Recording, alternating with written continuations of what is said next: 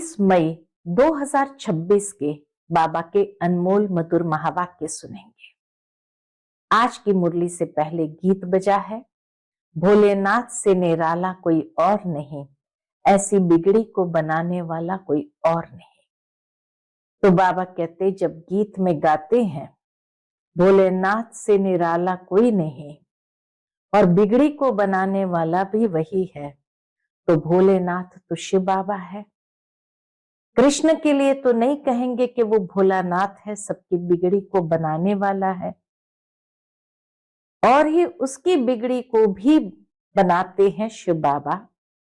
तभी तो जाकर के वो विश्व के राजकुमार बनते हैं, सतयुगी दुनिया के राजकुमार बनते हैं। तो इसीलिए बाबा कहते हैं गीता का भगवान ही आकर के सबकी बिगड़ी को बनाता है। भारत की बिगड़ी को भी बनाने वाला वही है। इसलिए बाप आकर के यही कहते हैं, माम एकम याद करो, देह सहित देह के सर्व धर्मों को भूल, अपने को आत्मा समझ मुझे याद करो।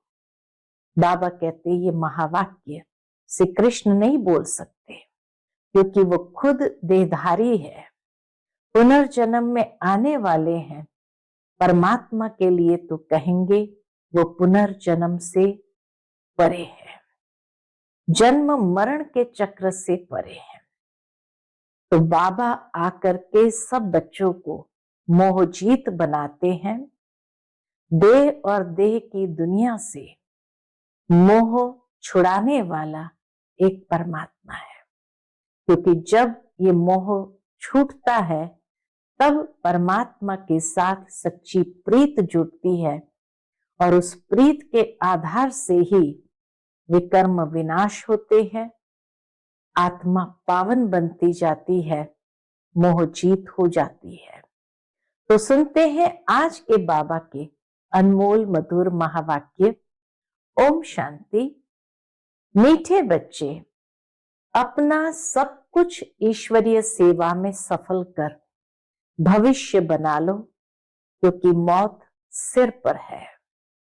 आज की मुरली से प्रश्न है, ज्ञान सुनते हुए भी बच्चों में उसकी धारणा क्यों नहीं होती है?